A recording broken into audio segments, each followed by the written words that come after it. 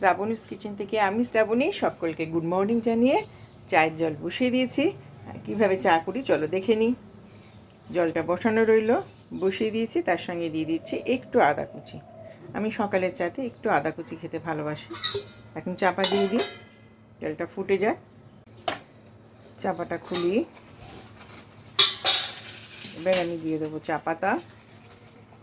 1.5 table spoon আমি চা পাতা দিয়ে দিলাম। গ্যাস বন্ধ, এবার চাপা দিয়ে রেখে দিচ্ছি।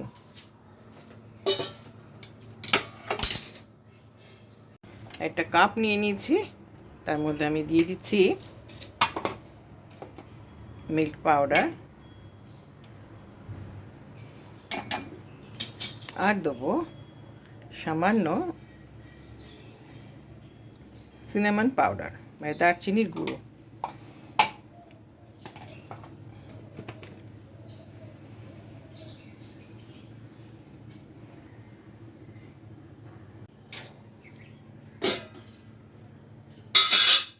চাপাটা খুলে নিয়েছি, এবার আমি চাটা ছেঁকে নেব।